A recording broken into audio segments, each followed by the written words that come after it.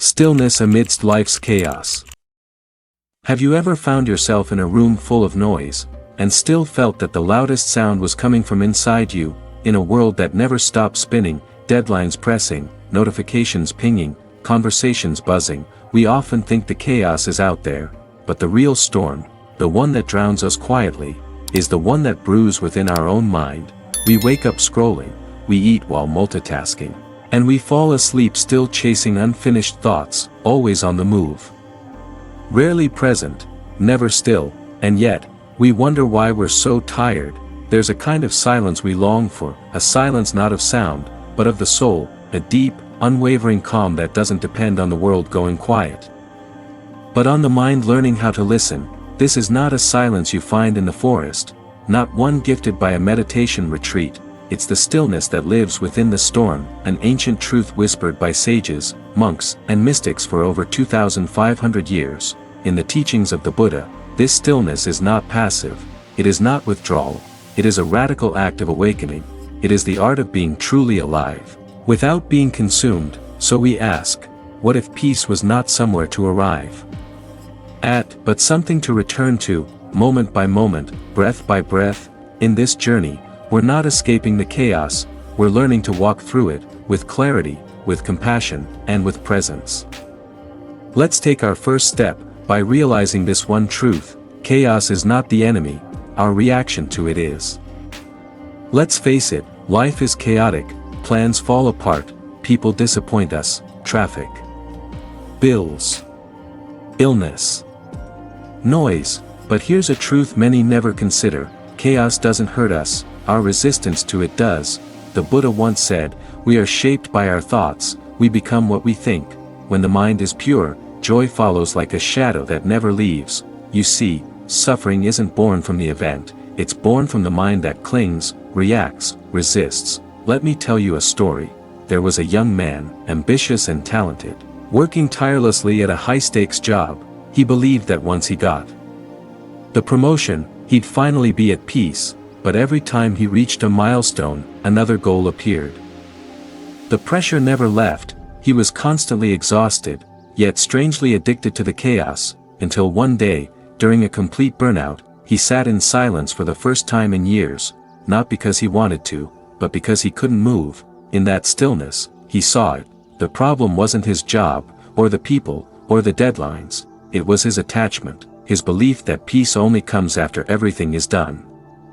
And in that belief, peace would never come. We fight chaos like waves in the ocean, tensing against the tide, exhausting ourselves. But the ocean was never meant to be still, we were meant to learn how to float. The teachings of Buddhism invite us not to control every wave, but to train the mind to stay calm amid the current. This is the shift, from blaming the storm, to understanding the self.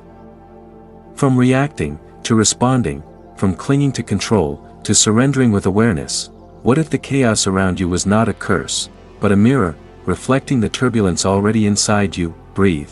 This moment, right now, is a perfect place to begin again.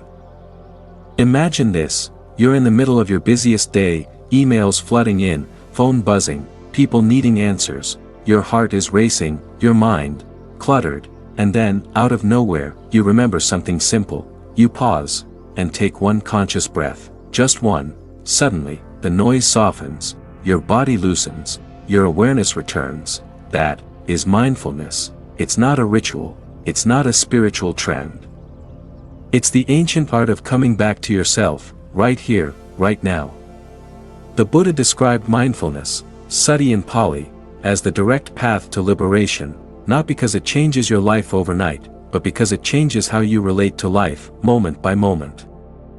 Think about it, the mind left untrained is like a monkey, jumping from branch to branch, idea to idea, fear to fantasy. But mindfulness is the gentle tether. It says, come back to your breath, come back to your body, come back to now. And in the now, there is no past to regret, no future to fear, just the pure, present truth of being alive. Let me share a moment. There was a Zen master who was once asked, what is enlightenment? He replied, when hungry, I eat. When tired, I sleep. Simple, right? But here's the twist: most of us don't truly eat when we eat. We scroll, we think, we judge, we don't truly rest when we sleep, we carry stress into our dreams. Mindfulness is the path back to simplicity. It is the ultimate act of rebellion in a distracted world, and it doesn't require hours of meditation. It begins with one breath, one cup of tea, one mindful step on the earth. Try this, next time you walk.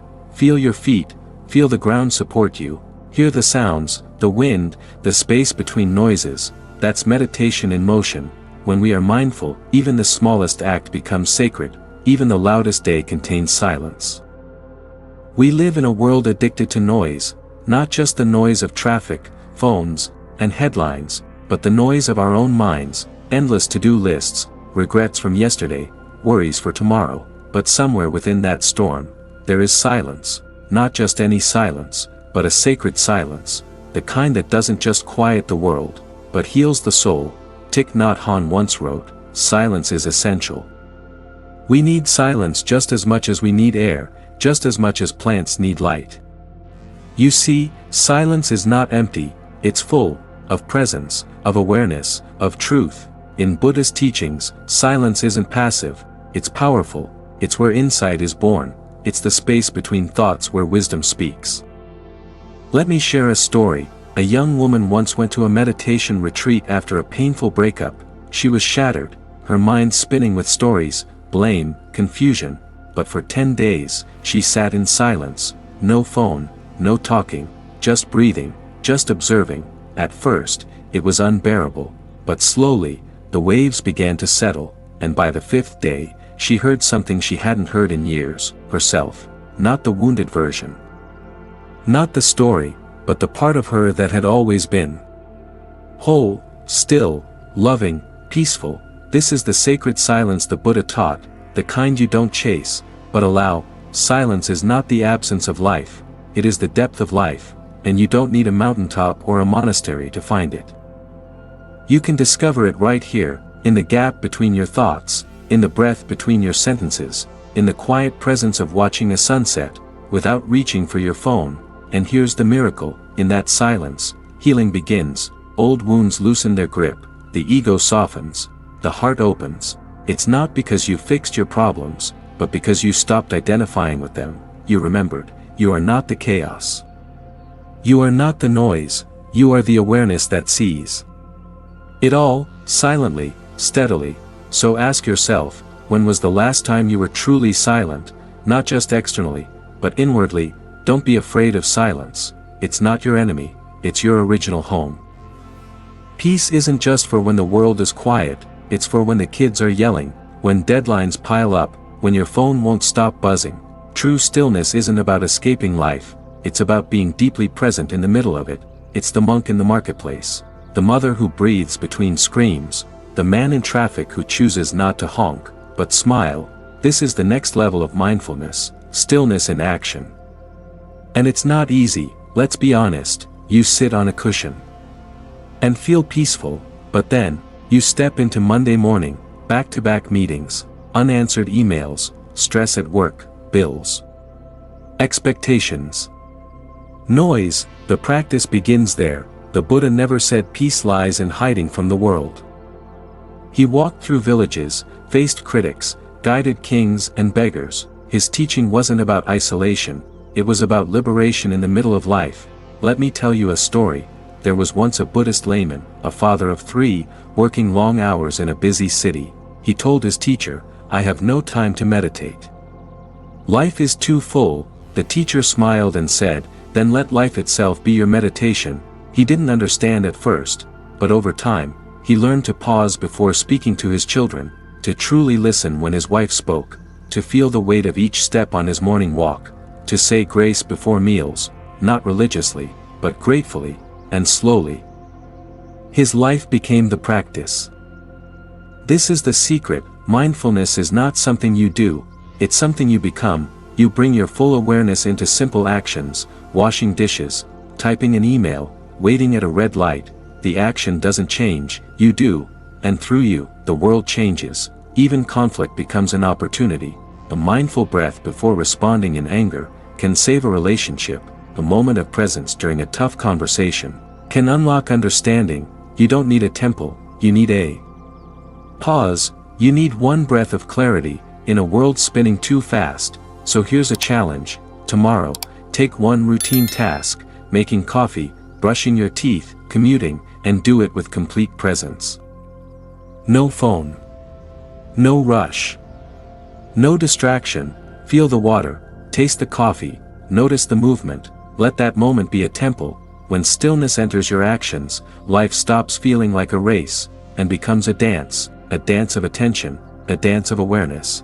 And in that dance, you don't just survive the chaos, you move through it, with grace. In a world pulling you in 1,000 directions, there is one thing that never leaves your side, one thing that has been with you, since the very first moment of your life, your breath. It doesn't need permission, it doesn't demand attention, but when you remember it, you remember yourself. The breath is more than air, it is awareness in motion, it is the thread that ties body and mind together, the anchor in the storm. The Buddha taught, mindfulness of breathing leads to deep calm, insight, and liberation, and the beauty of it, you don't need a retreat, you don't need silence, you only need this moment, and your next breath. Let me tell you a story. A young man came to a Zen master. Torn by anxiety, shame, and overwhelm, he said, "My thoughts are racing. I can't control them.